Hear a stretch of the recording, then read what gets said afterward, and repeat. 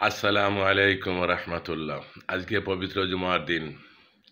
ইনশাআল্লাহ আমরা সূরা কাফ তেলাওয়াত করব এবং বেশি বেশি করে নবী আকরাম সাল্লাল্লাহু আলাইহি সাল্লামের প্রতি দুরূদ এবং সালাম প্রেরণ করব। প্রিয় দর্শক বন্ধুরা, জানি আপনাদের অনেক প্রশ্ন জাগবে এবং প্রশ্ন করবেন, কিন্তু একটু চিন্তা করবেন কি বলছি। পবিত্র জুমার দিন আসে বাংলাদেশের কোনো কোনো মসজিদে এবং বিশেষ করে প্রায় প্রত্যেকটি মসজিদের ইমাম সাহেব যেন বসেই থাকেন যে জুমার দিন আসবে, আমি শুধু ওয়াজ করব। আর বিশেষ করে মোল্লারা বা ইমাম সাহেব মাইক যখন পায় ছাড়তে চায় না। এটা একটা তাদের জন্মগত খাসলত। মাইক পাইলে ছাড়তে চায় না, এমনকি সময় বেশি দেন আমাকে, এগুলা নিয়ে তারা ঝগড়াও করে। তো শক্ত করে বলছে এই জন্য, যেহেতু আমি সত্য বলার লোক। তো পবিত্র জুমার দিনে আপনি শুধু ওয়াজ করবেন মিম্বরে বসে, আর মুসল্লিরা মসজিদে যাইয়ে বসে পড়বে আর আপনার ওয়াজ শুনবে। আর এত ওয়াজ, আর ওয়াজ কি যেটা সারা জীবন শুনে আসি ওইগুলোই, কিন্তু টেকনিক্যালি এবং বর্তমান সময় উপযোগী কোনো ওয়াজ আপনাদের মুখ থেকে শুনি নাই। যেমন নবীর জন্ম কিভাবে, নবীর বাবা কি, নবী কি হলো, এগুলোই শুনতেছি সারা জীবন। না, নতুন নতুন কিছু শুনান যেগুলা শুনলে মানুষ শিখতে পারবে জ্ঞান বিজ্ঞানের ব্যাপারে, সমাজ সংস্কারের নিয়ে, দুর্নীতিবাদের বিরুদ্ধে এগুলা বলেন। এলাকার কিছু পাতি নেতা আছে না, বদমাইশ, চোর, সুদঘুর, বুদঘুর, মানুষদেরকে কষ্ট, এদের বিরুদ্ধে বলেন। আপনি শুধু নবীকে নিয়ে, মক্কা নিয়ে শুধু বলতে, এগুলা সারা জীবন শুনতে শুনতে বিরক্ত মানুষ। যাক, তো বাংলাদেশে একটা কালচার দাঁড়িয়েছে, ইমাম সাহেব খুতবা দেয় আর মুসল্লিরা মনে করে যে ওয়াজ শুনছি আর এই নেক কাম করছি, এই তো বেহেশতে যাওয়াও। বেহেশত কি এত সহজ? জান্নাতে যাওয়া কি এতই সহজ? মামার বাড়ির আবদার না। মসজিদে আপনি প্রবেশ করবেন, নবী আকরাম সাল্লাল্লাহু আলাইহি ওয়াসাল্লাম বলছেন, ইযা আহাদু দাখিলু ফি মসজিদ লা জালিসু ইল্লা সাল্লি রাকাআতাইন তাহিয়াতুল ওযু আও দাখিল মসজিদ।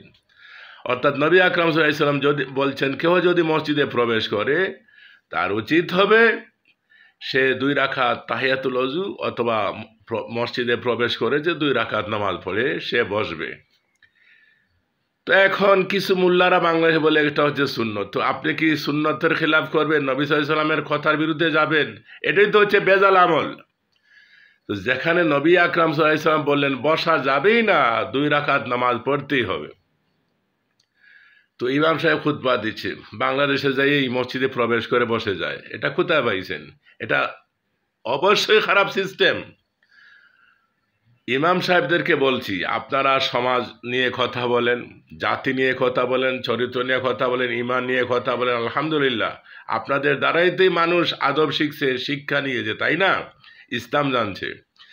আপনারা কমপক্ষে মাসে একবার ওয়াজ করেন, আর 3টা সপ্তাহ মুসল্লিদের দেন যে আপনারা মসজিদে প্রবেশ করেন, কোরআন হাতে নিয়ে কোরআন তেলাওয়াত করেন, নবী সাল্লাল্লাহু আলাইহি ওয়াসাল্লামের প্রতি দুরূদ পাঠ করেন। ওদেরকে একটু করতে দেন। শুধু আপনি ওয়াজ করবেন, ওরা শুনলো, এই শেষ? এটাই সীমাবদ্ধ? মুসল্লিদেরকে কিছু করতে দেন। আপনি বলেন মাসে একবার যে আপনারা মসজিদে এসে সূরা কাফ তেলাওয়াত করেন প্রত্যেক। আমি ফজরের নামাজ পড়ে এই মাত্র আদায় করেছি, আলহামদুলিল্লাহ। পবিত্র কোরআনুল কারীম দিয়ে আমি দিন শুরু করেছি, আপনারাও শুরু করেন।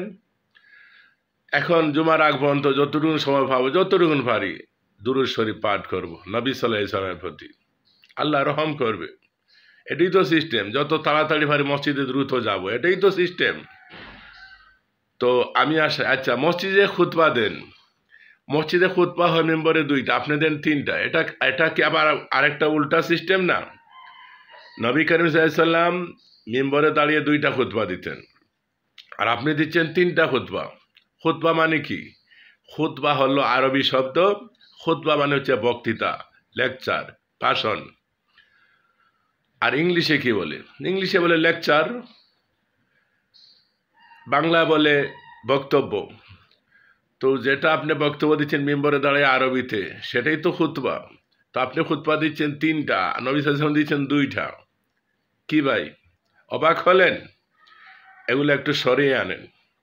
প্রত্যেকটা মসজিদে ইমাম সাহেব জুমার দিন আধা ঘন্টা আগে 40 মিনিট আগে শুরু করে দিল। আর বেশিরভাগই শরমনা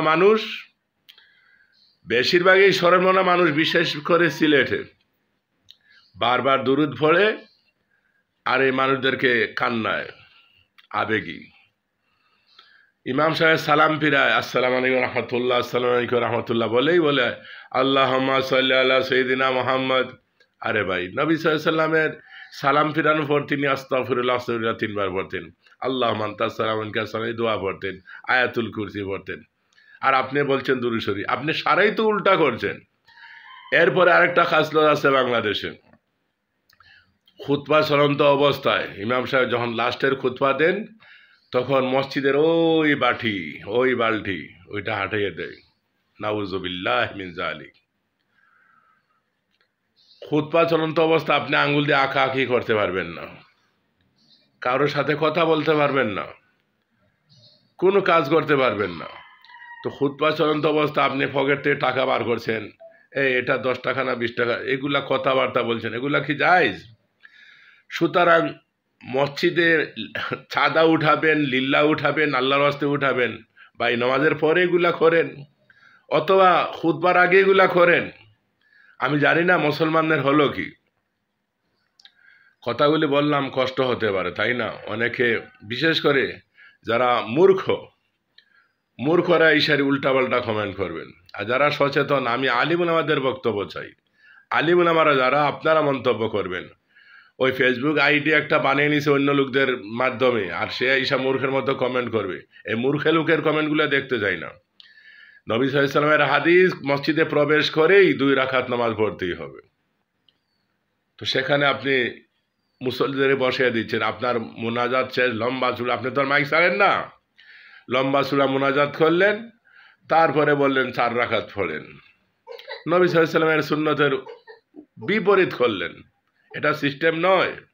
মুসল্লিদের কিছু করতে দেন, ওদেরকে একটু তেলাওয়াত করতে দেন, ওনাদের নিজেদেরকে কিছু করতে দেন, ওনারা নিজেরা যেন কিছু আমল করে। ধন্যবাদ।